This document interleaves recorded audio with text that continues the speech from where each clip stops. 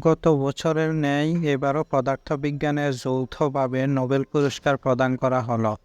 এবার পদার্থবিজ্ঞানে যৌথভাবে নোবেল পুরস্কার পেয়েছেন মার্কিন পদার্থবিজ্ঞানী জন জে হুফিল্ড এবং কানাডীয় পদার্থবিজ্ঞানী জেফ্রি ই হিন্টন।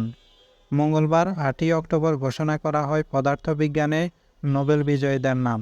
তাদের নোবেল পুরস্কারের বিষয়ে বলতে গিয়ে নোবেল কমিটি বলেছে যে for foundational discoveries and inventions that enable machine learning with artificial neural networks, কৃত্রিম নিউরাল নেটওয়ার্কের মাধ্যমে মেশিন লার্নিং সম্ভবপর করে তোলার ক্ষেত্রে গুরুত্বপূর্ণ আবিষ্কার ও উদ্ভাবনের জন্য তাদের এই পুরস্কার দেওয়া হয়।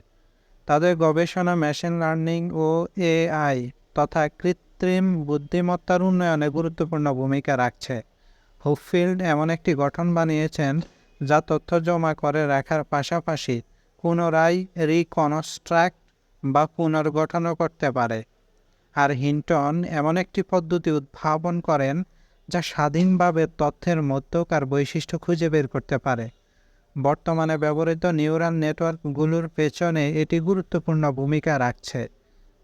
1901 থেকে 2024 সাল পর্যন্ত মোট 118 বার 227 জন ব্যক্তিকে পদার্থবিজ্ঞানে নোবেল পুরস্কার প্রদান করা হয়েছে।